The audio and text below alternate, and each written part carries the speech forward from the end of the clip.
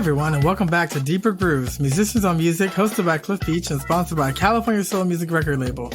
Today I get to talk with label mate from F-Spot Records, Michael Duffy, about his group The White Blinds and their 45, Brown Bag, Muddy Water, which is out right now. Super excited to talk with them. Great organ trio, great soul jazz. Please help me welcome Michael. Yeah, what's going on, man? How are you? I'm good. How are you? I'm good, thank you. So are you located on the West Coast as well? Yeah, born and raised Angelino. That's good. I am myself a transplant, and I meet mostly transplants, but every now and then we come across a native Angelino, and they're good people, I think. Yeah, I mean, my parents came from other places. You know, my dad came from Ireland, and my mom came from Oklahoma. So, I'm the first one born here in California. Excellent. Well, hopefully not the last. That clan will be going strong. Oh, no, it's been going strong for a bit. Well, that's always good. So it'll be really informal today. Thank you for coming on Deeper Grooves podcast. As you know, we love F-Spot and David Celia, and so we're super happy that he connected us with you. We were quite familiar with the White Blinds. We had seen you guys kind of play out and about and heard your full-length release that came out in the last year or so. But we wanted to chat first, starting off, about your latest single. So you guys have a 45 out right now featuring Brown Bag and Muddy Water. And so I wanted to understand kind of how those sessions came in to create that 45. So when we finished Get to Steppin', the band was sounding really good. I had talked with David, the owner of F-Spot, about doing an homage series where the A-side would be an homage to either an organ trio or a soul jazz artist, and then doing an original on the B-side. So we started with the Sing a Simple Song, Sly, and then the Charles Erlin version kind of mixed together. And then we did keeping it kind of in the Oakland thing. The original on the B-side is called Clapback, and it was a beat I lifted from my favorite drummer, or one of my favorite drummers, Mike Clark. And my imagination was, what would it be like if Mike Clark and Chester Thompson got together and made an organ trio track? And then I always loved this guitar part from Don't Stop Till You Get Enough, Michael Jackson. And so we kind of just twisted those three things together to make that B-side. And then getting to the one we have currently with Muddy Water and Brown Bag, my favorite soul jazz guitarist or organ trio guitarist is Ivan Boogaloo Joe Jones. And he had that great track, and I always loved it. But I always felt if I was going to cover it, or we were going to cover it, I wanted to kind of add something to it. So we added a B section. What I did is I sat with our guitarist, Matt Hornbeck. We kind of chopped up a bunch of Ivan's guitar solos. And through those guitar solos, we made a B section to that tune to kind of just add to it. And I feel like if you're going to cover something, it's nice to kind of put your own fingerprint on it. And then on the B side, we did this tune called Muddy Water. And it's basically, I love the Rolling Stones, as we all do in the band. And so it was just kind of like, what would the Rolling Stones sound like if they were an organ trio? So that's how we came to that. That's definitely an interesting approach. And I'm super excited you mentioned Mike Clark. I'm a huge fan, and we've had him on the podcast, and he is amazing and talking about actual proof and stuff like that. But it's nice that you're able to put your own stamp on it. I think, Don't Stop Till You Get Enough, that's an amazing guitar lick. And I'm glad that someone is doing something else with it, interpolating it in a different way. So then you are kind of like the flagship artist for F-Spot Records. And so how did you initially kind of forge that relationship and come to meet David and join the label or create that? It's a funny story. So if anyone knows anything about me, the band that I did prior to, I've been a freelance most of my life, freelancer for almost 30 years. But about 10 years ago, I did my first original project that I actually really put time into, and that was a band called Jungle Fire. And through that, I forged a relationship with Coal Mine Records. So when I got the courage and the confidence to spread my wings a little bit and start the White Blinds, I approached Terry Cole. And I think at that same time, he was already courting Delvon Lamar. And so, I sent him some demos, and it was met with just kind of a mixed response. I wasn't really sure if he was interested. So at that time, while I was playing with Jungle Fire, I was working with a young guitarist by the name of Lito Mangana. And Lito was like, hey, man, I just did a record with this guy, David Celia, and he's got a new label called F-Spot Records. You guys should meet. So he set up the meet. And I sat with David, and David was just like, I'm all in. I'm all in. I want to do it. And just his kind of demeanor and his support at that time with getting something, new off the ground. I felt good in my gut. And so he was just incredibly supportive. He didn't really grind us much. And the funny thing is, he didn't even hear any of the demos before we went in the studio. We just literally went in the studio together and made Get to Step In. And he kind of heard everything as it was coming out of the band.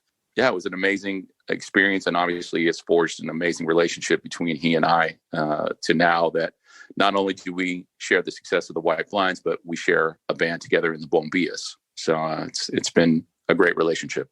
Oh, wow. Wow. That's interesting too. I feel like all of us in the funk trade kind of bump heads to the same people. So, I mean, we've worked with Lito and Mestizo Beat and Sergio and Orgone and talked with Terry and Coal Mine many, many times. And so I think everyone that's kind of like-minded ends up making that world very, very small. But I do understand what you're saying about my work with David, and just understanding how he really kind of gets out of the way and lets the artists do what they're going to do. And I think that's great. That's very old school approach in a lot of ways. But at the end of the day, I think people create the best art when they have less limitations. I mean, you look at someone like a Prince, for example. It's like, his first album, For You, he did everything himself. And, I don't think a lot of people actually listened to it until a few albums in. But if Warner Brothers and the A&R at the time didn't allow him to be able to work through the process, and then eventually people, when your second or third album kind of hits or whatever you do, go back to your old stuff, then they kind of get, what you were thinking about at the time and your vision. But a lot of times now with the record industry, in some places, either it has to fit a certain thing or sound like someone, or you really kind of have the one shot, and then if it doesn't take off, then they kind of feel a certain way. But I think that's cool. I think that's cool that he didn't hear anything until actually it was coming out, because I think maybe you guys didn't know exactly what was going to come out either until you're on the other side of it. And I think that's kind of the natural, organic process. But that makes sense that you came from other groups. I did see that you had done stuff with Jungle Fire and with Ozo Motley, and your organist, Kerry Frank, also worked with Tedeschi Trucks. So, what was it like playing with those types of bands? Oh, it was amazing. I mean, again, I've been a freelancer for 30 years. So I've had a chance to play with a lot of really great people. My time with Ozo Motley was about, I want to say, a little maybe under 2 years.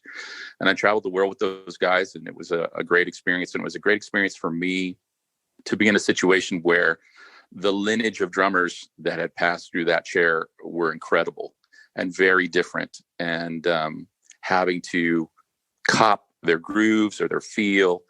I'd never really had that experience. I was, up until that point, I was able to kind of just be me. So it was the first time I had to really put someone else's shoes on and go for a walk, per se. And that was, it was a tough go for, I would probably say, about the first month, but then I got better at it. I'm still not the greatest at it. I can copy to a point, but eventually the duff comes out, as they say. Yeah, my time with those guys was great. And then from there, with a lot of other great bands around LA and subbing in until, I about 10 years ago, I was pretty much done with being a sideman. And I think my meeting with Joey Reyna, Sam Halterman, Judd McDaniel of the band Simple Citizens and the Rugged Nuggets, and the beginnings of what would become Jungle Fire, really kind of changed my path to take off the sideman shoes and put on the big boy boots and do my own thing. That's great. That's great. And I can definitely see how that can be difficult, stepping into filling someone's shoes and parts that they've played. And I've been in that situation, and that's definitely a skill in its own. So I could see how then from that, the natural extension would be to be able to break out and do your own thing, which you're able to do with your group. So how did you actually kind of Wizard of Oz style find the players for the trio? How did your Tin Man and your Scarecrow, or however you want to call them, how did you add in the other parts to be able to become the White Blinds? Well, I think the genesis of the White Blinds was the fact that there were some organ players in town, and there was another group that I was friends with, a group called the Rump Roller Organ Trio. The guitarist James Aker and I had played previously together around town, and we're in a band together. And he said, come check it out. And then I met drummer Kevin Stevens. We realized we had a lot in common. So they were kind of getting it going. Simultaneously, I was doing Jungle Fire and really kind of focused on that. And I remember James and I had lunch one day, and he said, man, we just lost our organ trio to Katy Perry. Or sorry, our organist, not our organ trio, our organist to Katy Perry. That would be a weird one. But do you know any organists? And at that time, I was asking around, and someone said, hey, there's this young kid who studied with Dr. Lonnie Smith. His name is Kerry Frank. I said, give me his number. And I never even spoke to Kerry. I just kind of passed the information to my buddy James. And Kerry started playing with the Rump Roller. They had a steady, I believe, it was a steady Monday night at Sassafras. And I used to pop in and just kind of check on things. And I popped in the beginning, and Kerry sounded great. He was fantastic, but you could tell he hadn't probably played an organ in a while. He was mostly probably studying jazz piano at the time. And I just kept kind of popping in. And at that point, they were playing less jazz stuff and more like meters, funky stuff. And I popped in one night, and they played, I think it was Funky Miracles, what they were playing. And I sat down and I just looked at his feet, and I said, oh, okay, it's time. I called him up. I think I got off the road. I was playing with a guy named Donovan Frankenreiter. It was my last touring gig. And I got off the road, ended my time with Donovan. And I called up Kerry, and I think it was probably like the end of the year in 2015. And I just said, hey, I've curated a list of covers, and I'd like to know if you'd like to start a more funky soul jazz side of organ trio, not so jazzy. And he was game. He was super game, and he was young, at the time, and I was just hungry to get out and play. And then at the onset of the band, I used Patrick Bailey from Jungle Fire on guitar. And we went through a couple guitarists till we found Matt Hornbeck. And I found Matt Hornbeck because of we both attended the University of North Texas. So through my North Texas network, someone said, oh, you should hit up Matt. And once I played with Matt one time, I knew he was the dude. I knew it from the onset. He just had the right energy, and how we all three clicked together. And probably about 2 or 3 months after that, we wrote Get to Steppin', and then went in the studio and did it. Interesting. Well, I could definitely see adding someone from your school would be great. They have a lot of great players that have gone through there in North Texas. I believe Nora Jones at one time went there, and a bunch of other people. But yeah, excellent. Excellent to be able to figure out how organically you kind of all come together. Organ is all about the feet, as I know from gospel music and other stuff. So I could see how that would make Kerry ready to go. And that's cool. It's nice to be able to see the trajectory of creating the full-length LP and then into these 45s. I think there's so much growth and potential for you guys. Now, when we talk about the White Blinds as far as influences, I saw that Flea Market Funk wrote about you guys, and he said, he puts you in the same vein in the modern day as Delvin Lamar, who you mentioned, organ trio, and Chris Hazelton Boogaloo 7.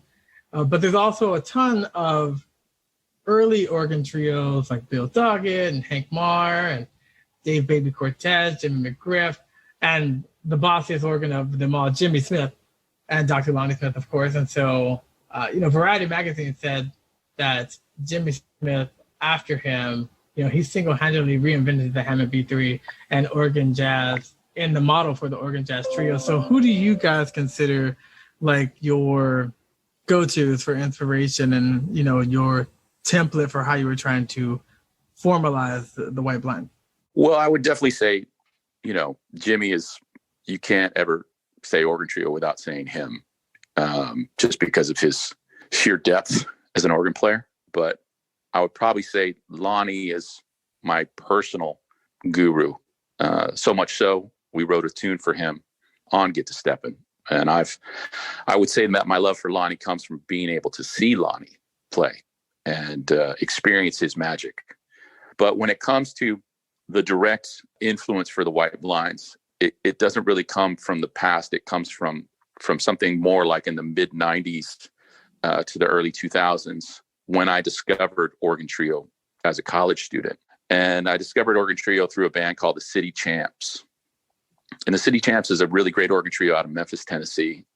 And they just really blew me away, because as you listen to the shape of soul jazz and organ trios and all that stuff, we all know that organ trios come out of the burlesque kind of stripper era of things, and needing a powerful thing to happen in a club, but don't have a lot of money.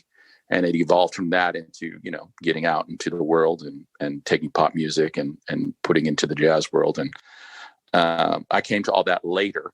But through the City Champs and Soul Live, those were the first two things I heard, an organ trio, and went, whoa, what's this? And through them, discovered Grant Green and all the great, classic organ groups.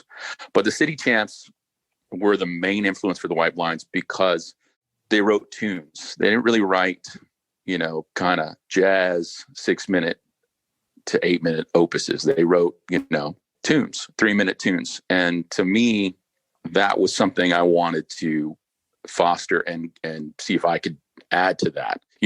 Taking solos and all that stuff, I think is really cool for a certain amount of your audience. But I would say the bulk of the audience that seem to be drawn to the White Blinds are drawn to the fact that it's, their songs and their melodies that they can really attach themselves to. So I would say that, we take a balance of things. We take a balance from the past, from the guys coming from the jazz world, and taking jazz and soul music and combining that together with some of the stuff that happened in the early 90s and even the early 2000s with organ groups, kind of reviving the soul jazz thing. And even great bands like Grey Boy All-Stars, who was a big influence on me as well.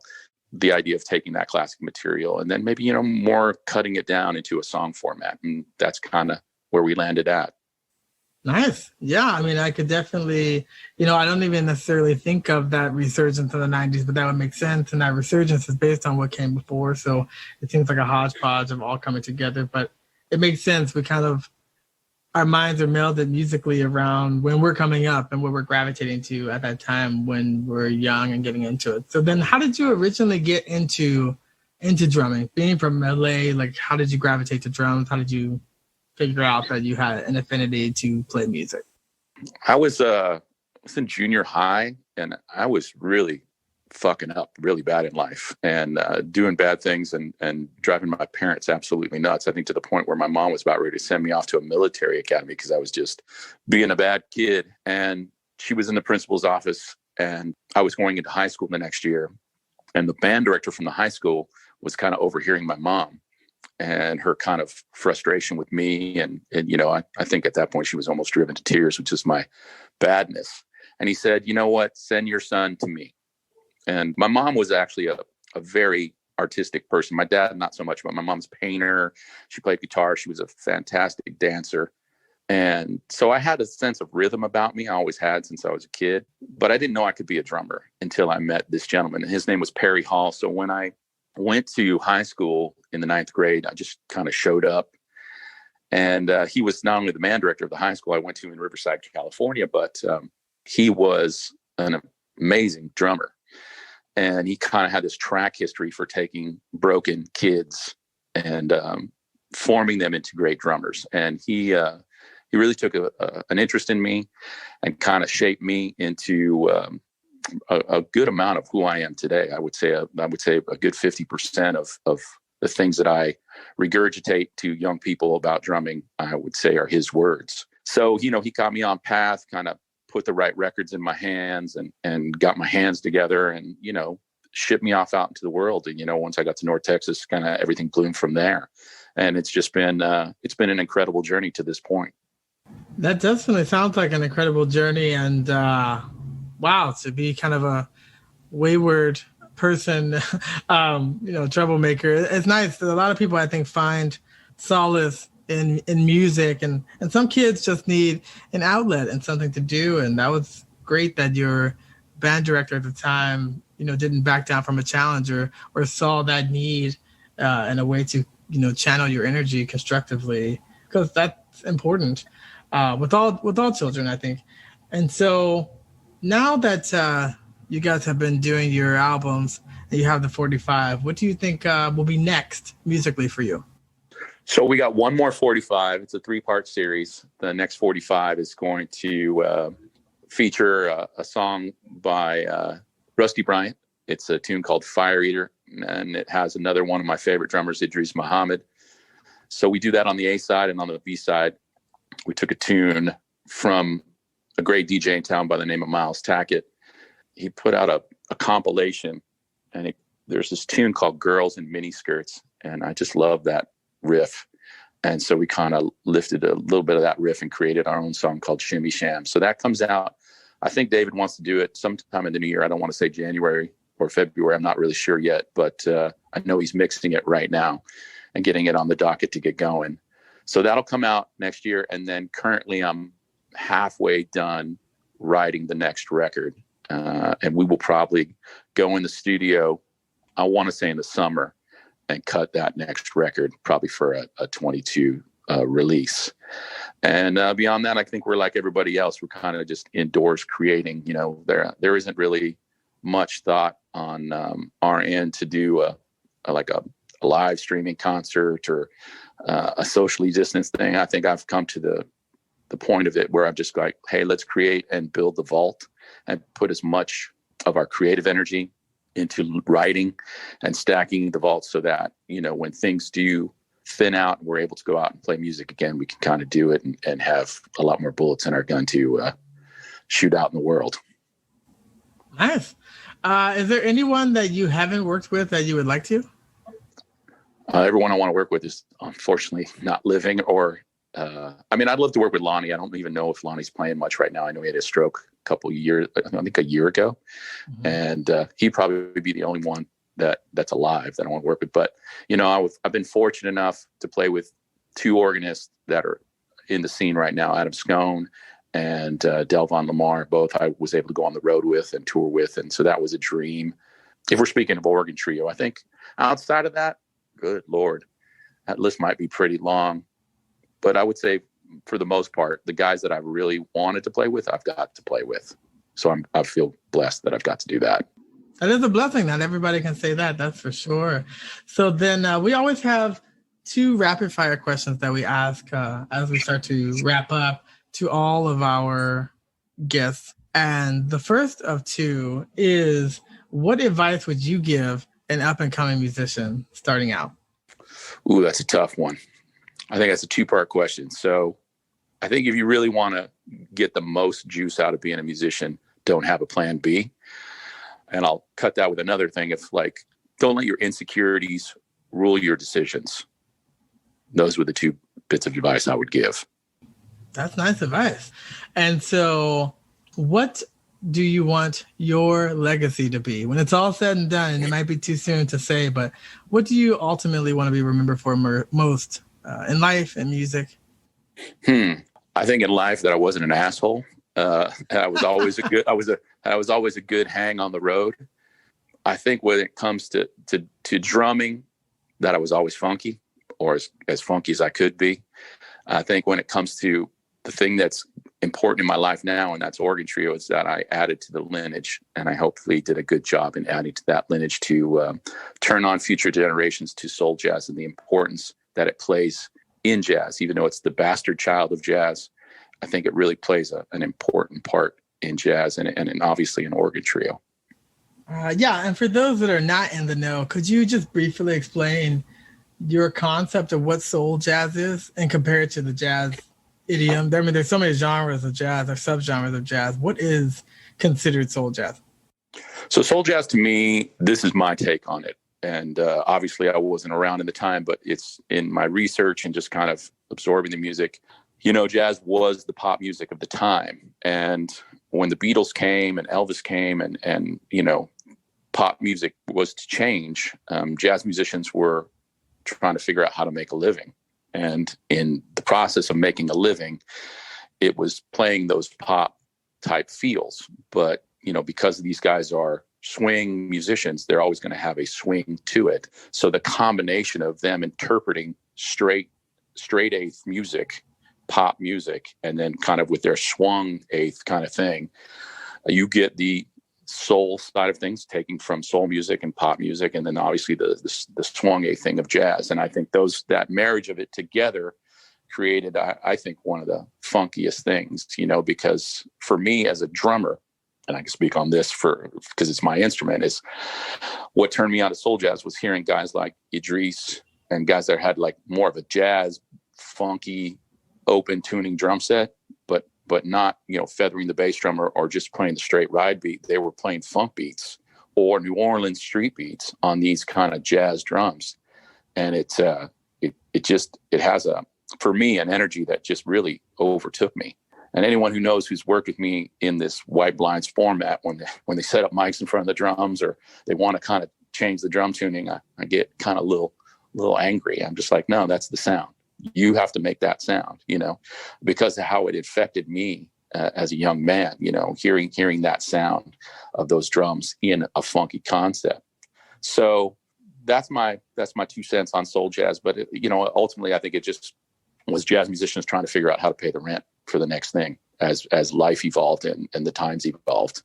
I hear that. And we're still evolving and people are trying to figure out how to pay the rent. So I think it'll continue to have an evolution. Now, for me, as a music nerd, knowing that the drums are a non-melodic instrument, what is the process of you guys writing your music? You said you were working on finishing up writing the stuff. How do you write it and that translate into the melodic instruments from the rhythm and the backbeat of the drums?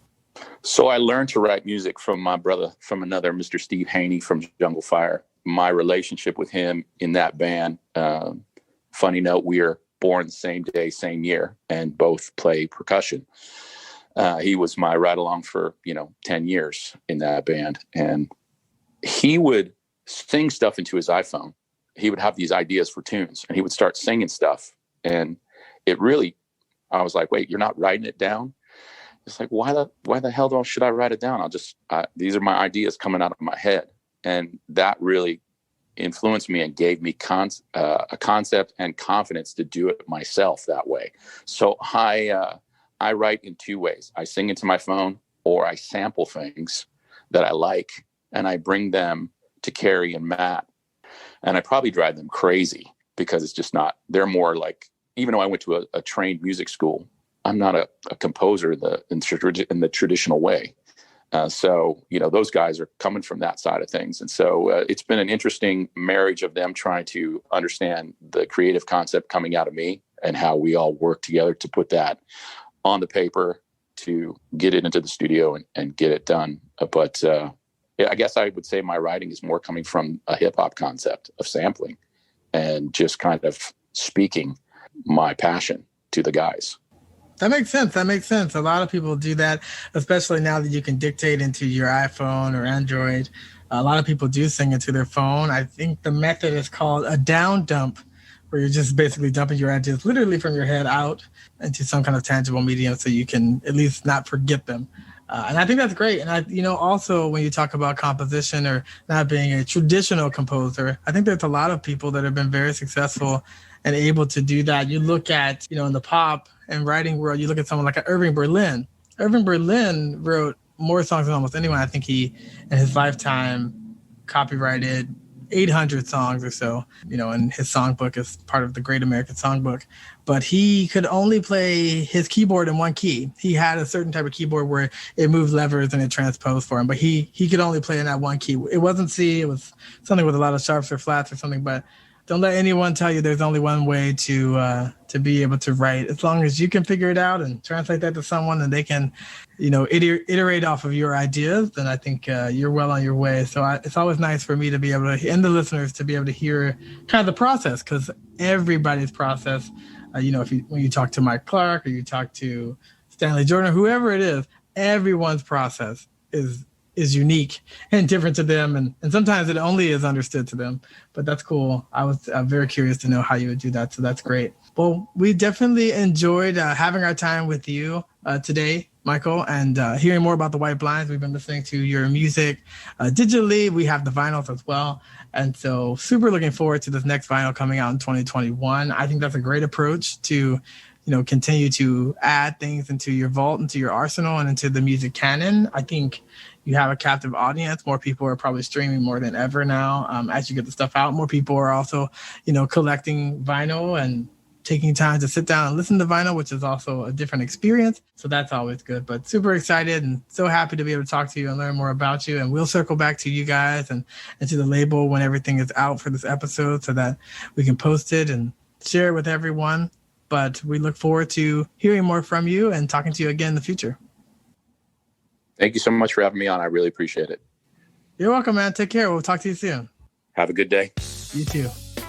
Hey everyone, you just listened to Deeper Grooves, Musicians on Music, hosted by Cliff Beach and sponsored by California Soul Music Record Label. I had a blast talking with organ trio drummer Michael Duffy from the White Blinds on F-Spot Records about their latest 45, Brown Bag, Muddy Water. You should definitely go check it out on all streaming platforms, or you can buy the vinyl at www.fspotrecords.com. I'd like to thank our engineer Tim Hall from 1192 Studios for mixing and mastering this recording today.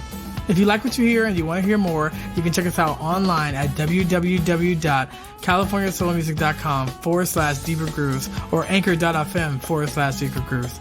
Until then, keep it funky, keep it snazzy, keep it jazzy. We'll talk to you soon.